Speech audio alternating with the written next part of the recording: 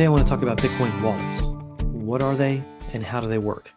I'm going to keep it simple, but we'll get introduced to the concepts. Now, the whole point of Bitcoin, or a primary goal of Bitcoin, is to replace fiat money and the entire banking system. All right, so that's a major goal.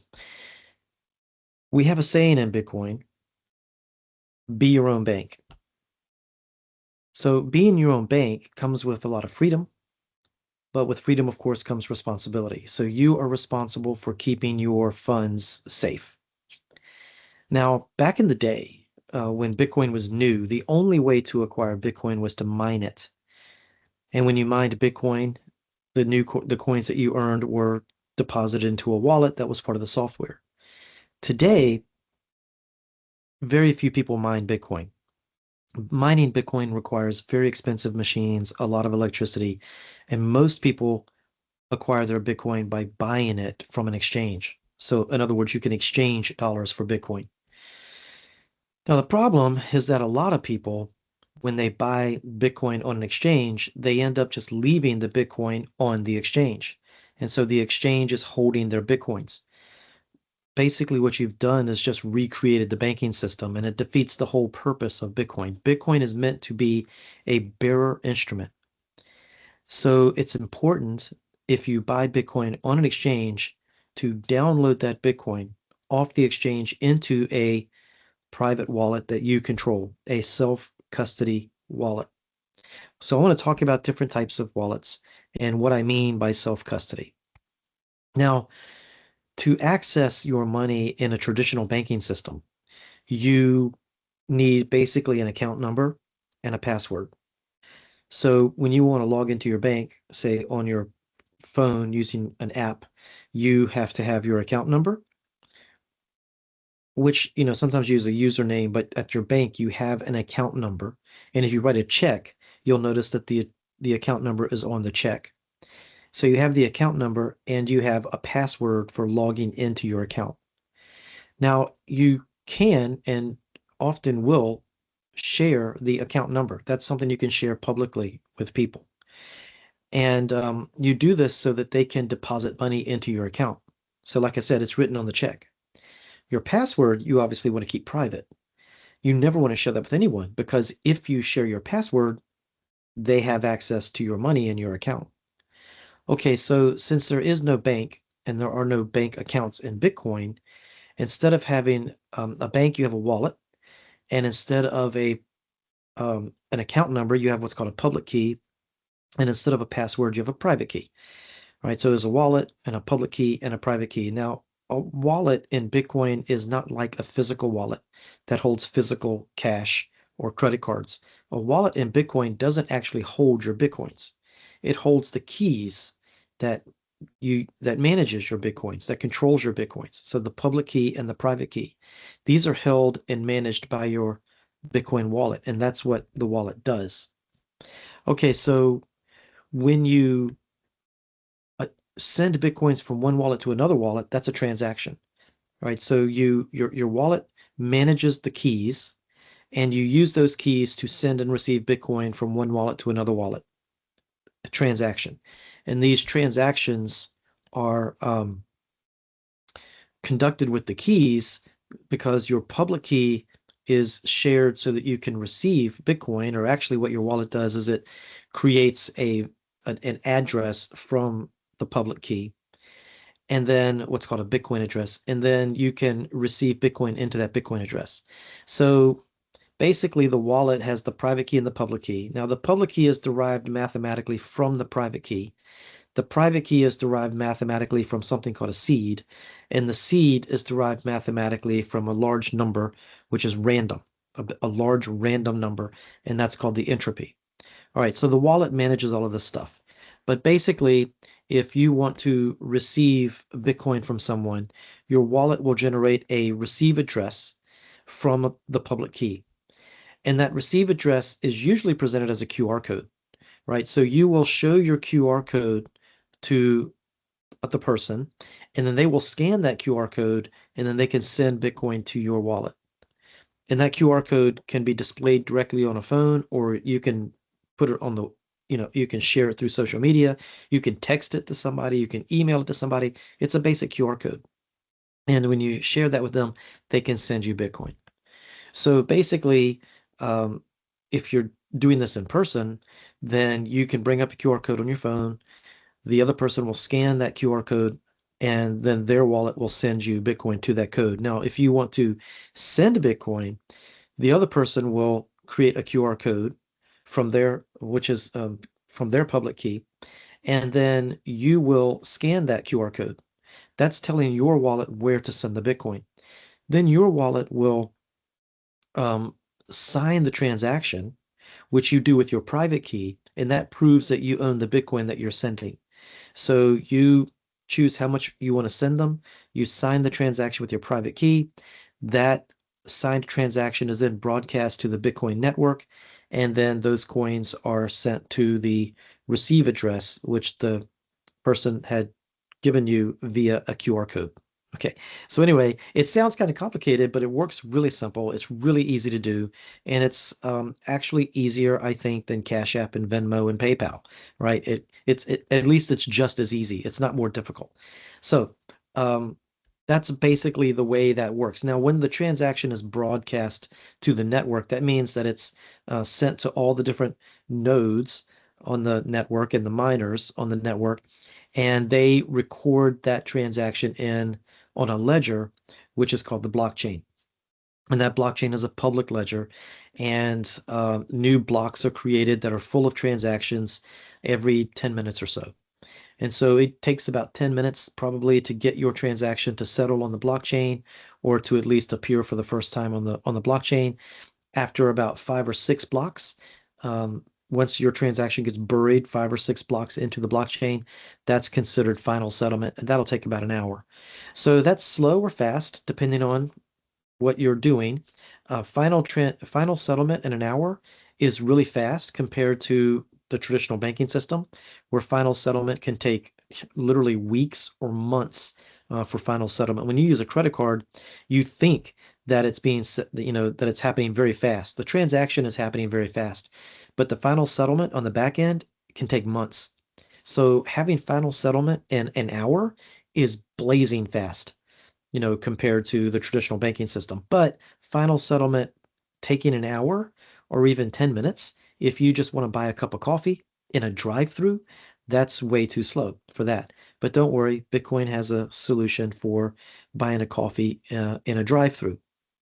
But in any case, the transaction is sending Bitcoins from one wallet to another wallet, and that's recorded on a public ledger called the blockchain. Now, there are different types of wallets.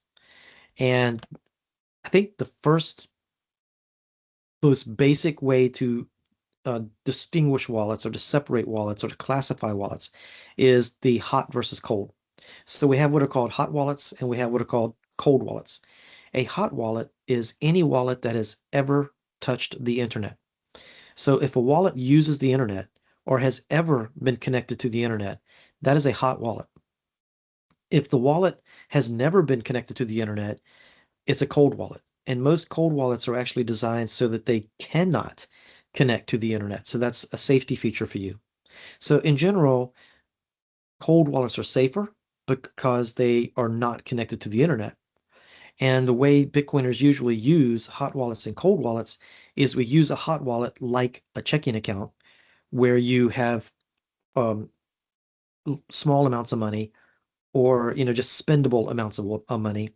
And the cold wallet is used like a savings account, or even a retirement account, where you're putting away larger sums that you don't want to touch for a while, and you want to keep them very safe. And so a cold wallet is the safest way to do that. So with hot wallets, those are usually on your phone. So we have phone wallets. And with cold wallets, those are usually on either paper or on a device, which is a piece of hardware which is intended to never go online. So those are hardware wallets. So a hardware wallet like a Cold Card or a Jade, um, those are designed to keep your keys off the internet. Hot wallets like Mana Wallet or Aqua Wallet, those are on your phone, and those are obviously connected to the internet. And then there are even desktop wallets like Sparrow Wallet, which is connected to the internet. Those are some of my favorite wallets. Like for the desktop, I love Sparrow Wallet. For your mobile phone, I like Mana Wallet and Aqua Wallet. And for cold storage, the Cold Card is good. Um, Other ones have good reputations like Jade, and then there's paper wallets where you just store your keys on a piece of paper, and of course, a piece of paper cannot be connected to the internet. Okay, so I said that the settlement time was about 10 minutes, and that's really fast if you are, uh, doing international trade, right? And international, banks are settling money that normally takes months, whereas now it can take an hour. But for buying a coffee, what do you do for that? And there's something called second layers that work on top of Bitcoin that are designed to make transactions a lot faster. The most popular second layer is called Lightning. And so there are Lightning wallets. And Lightning wallets use the Lightning second layer, and those transactions are extremely fast, usually less than 1 second. So for buying a coffee in a drive-through, Lightning wallets work really well for that. And you can send, very small payments, like micro payments, like fractions of a penny using Lightning because it's virtually free. Or you can move, people have moved up to $1 million using Lightning, um, the second layer Lightning. So very fast transaction up to $1 million.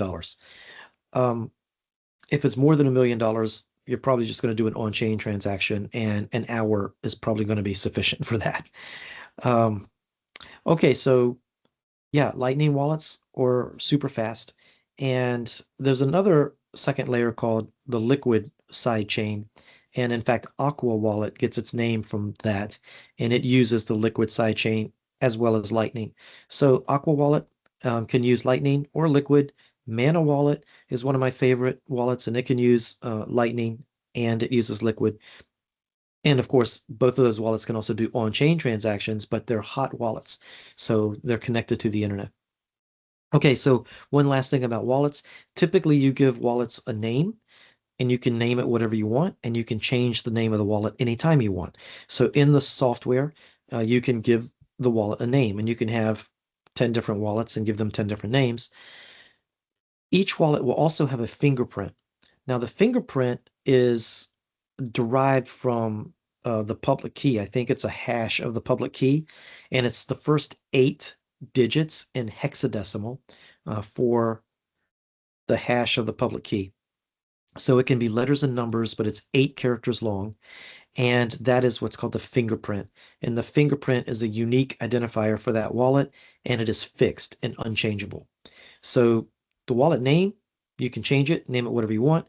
The fingerprint is fixed and you cannot change it. And if you have a lot of wallets, you might want to keep an eye on the fingerprints just to make sure that you're using the right wallet. Because like I said, names can change, but the fingerprint will always be the same. And then lastly, wallets will create what are called seed words. So these are 12 words or sometimes 24 words that are derived from the private key, or actually from the entropy from which the private key is derived. So basically, the keys are really long um, numbers, and they're hard to back up. So the numbers are converted into 12 words, which is obviously much easier to back up. You can write down 12 words. You can even memorize 12 words if you need to. So there are the seed words, which is the backup for your wallets. And for every wallet you have, hot wallet, cold wallet, you need the seed words backed up. Because if you lose your phone, if your computer hard drive crashes, if your hardware, like your cold card, is stolen or broken, the only way you can recover your funds is to have a backup of that wallet.